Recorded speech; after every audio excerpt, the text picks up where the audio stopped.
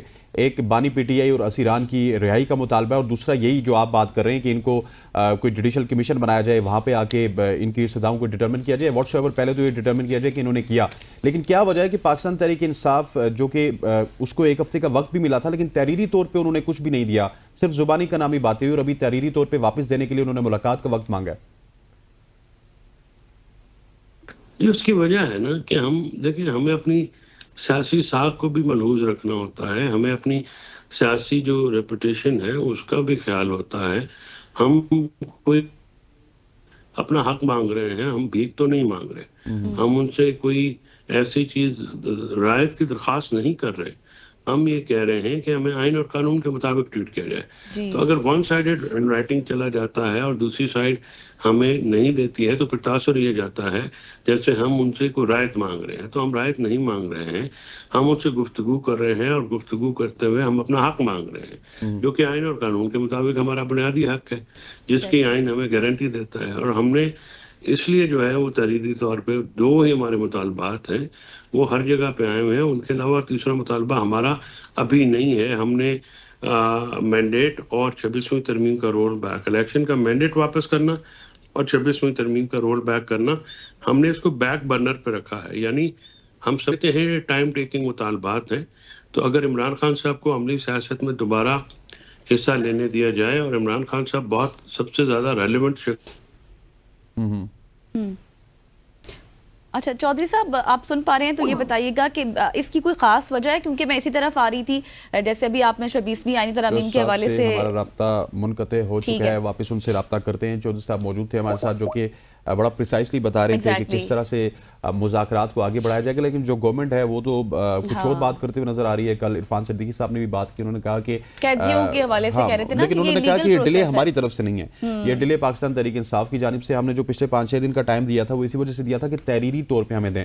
سو تحریری طور پہ دینے کے لیے وہ پھر تھوڑا سا پاکستان تحریک انصاف کے اوپر اڑالیں. جی چودھری صاحب یہ بتائیے گا، جو ابھی آپ بات کر رہے تھے 26ویں آئینی ترامیم کے حوالے سے اور مینڈیٹ واپسی کے حوالے سے، ابھی سوال یہ اٹھ رہا ہے کہ شاید اس کے پیچھے کوئی خاص وجہ ہے کہ آپ لوگوں نے اس کو حذف کر لیا ہے، کیونکہ ڈیل کی باتوں سے تو خان صاحب مسلسل انکار ہی کر رہے ہیں. دیکھیے، ہم نے حذف نہیں کیا ہے. میں وہی عرض کر رہا تھا، بیچ میں تعطل آ گیا، کہ ہم نے اس کو بیک برنر پہ رکھا ہے. وہ ٹائم ٹیکنگ مطالبے ہیں، اور ہم سمجھتے ہیں کہ عمران خان صاحب جب باہر آتے ہیں اور ان کے رہنما ہمارے دوسرے باہر آتے ہیں تو پھر یہ مطالبات کو ہم آگے لے کے جائیں گے. اور عمران خان صاحب کی رہائی جو ہے، اس وقت عمران خان صاحب ملکی اور بین الاقوامی سطح پہ پاکستان کے سب سے زیادہ ریلیونٹ سیاستدان ہیں، اور ان کے بغیر ملک میں سیاسی عدم استحکام ختم نہیں ہوگا، اور معاشی استحکام کے لیے سیاسی عدم استحکام کا ختم ہونا ضروری ہے. اور اسی کو عمران خان صاحب کی جو رہائی ہے یا قانون کے مطابق جو عدالتوں سے ہم لینا چاہ رہے ہیں، ہم حکومت سے وہ دباؤ جو انہوں نے کریٹ کیا ہوا ہے، نادیدہ دباؤ، جیسے آپ لوگوں کے اوپر عمران خان صاحب کی تصویر چلانے پہ، نام لینے پہ ایک بغیر اعلانیہ پابندی ہے. ہم چاہتے ہیں کہ میڈیا کو بھی آزاد کیا جائے اور میڈیا اپنی آزادانہ رپورٹنگ کر سکے، کیونکہ پی ٹی آئی کو کرش کرتے کرتے اس ملک میں آزاد میڈیا کو، عدلیہ کو، جمہوریت کو، رول آف لا کو کرش کر دیا گیا ہے.